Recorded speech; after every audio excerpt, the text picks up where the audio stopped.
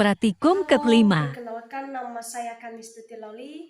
Kembali lagi saya akan melakukan praktek kelima, yaitu pengaruh deterjen terhadap perkecambahan pada kacang hijau.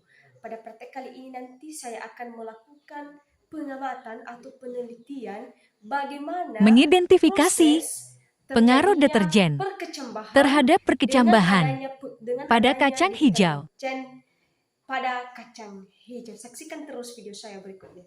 Alat dan bahan Kembali lagi kepada yang saya digunakan. akan melakukan penelitian atau pengamatan terhadap dampak deterjen terhadap perkecambahan kacang hijau. Di sini saya ambil berdasarkan penelitian nanti ada beberapa alat dan bahan yang saya butuhkan, yaitu botol plastik sebanyak 6 buah, air deterjen yang sudah saya larutkan, dan air biasa. Ini adalah kapas media tanamnya, dan ini adalah kacang hijau yang menjadi media saya untuk melakukan pengamatan bagaimana nanti pengaruh deterjen ini terhadap proses perkecambahan dari kacang hijau. Nah, di setiap botol ini nanti yang pertama larutannya yaitu 3,1%, 6,25%, 12,5%, 25%, 50%, dan 100%. Prosedur pengamatan. Nah, sekarang saya akan menggunakan media kapas dulu.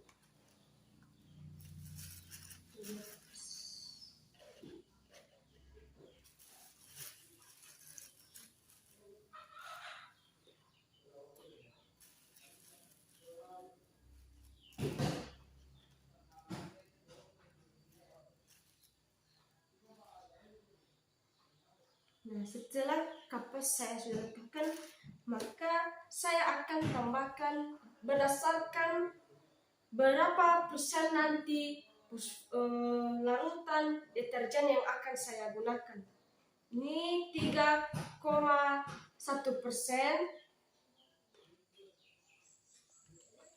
Saya akan mengukurnya berdasarkan sendok teh. Di berikutnya 6,25%.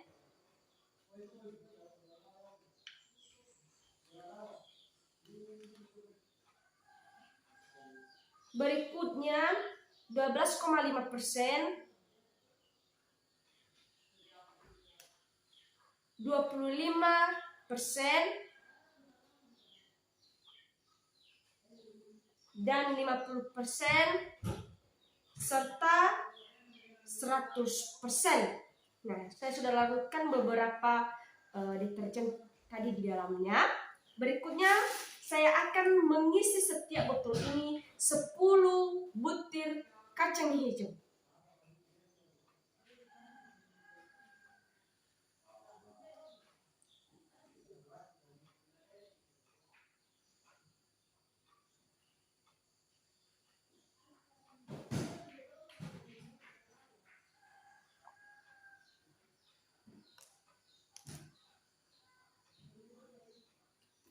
Nah, dan berikutnya saya juga menggunakan air di yang 3-50%, artinya di 5 botol ini saya menggunakan media air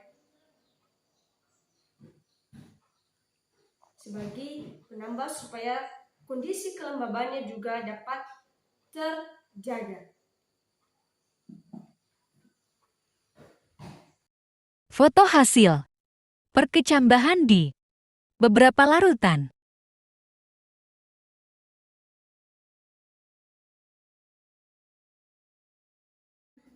Nah, dari hasil pengamatan saya, air limbah deterjen mempunyai pengaruh yang cenderung negatif terhadap pertumbuhan tanaman. Simpulan pengamatan deterjen tidak yang dapat saya lakukan. membantu pertumbuhan tanaman hijau. Faktor yang mempengaruhi perkecambahan kacang hijau yaitu faktor internal dan faktor eksternal. Faktor internal yang berupa keadaan air pada biji, kerusakan benih dan biji, sedangkan faktor internal meliputi cahaya, suhu oksigen, kelembaban dan udara di sekitar.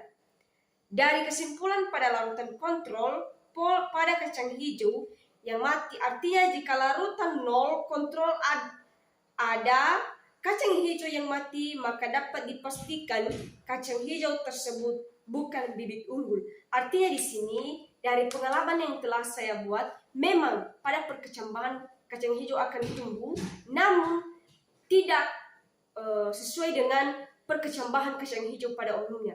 Nanti saya akan melakukan penjelasan melalui foto-foto yang saya gunakan di berbagai sumber juga saya menggunakan, karena saya juga minta maaf karena banyak sekali media-media yang sangat terbatas. Sekian dan terima kasih. Pengamatan yang sangat teliti terhadap penelitian ini. Terima kasih.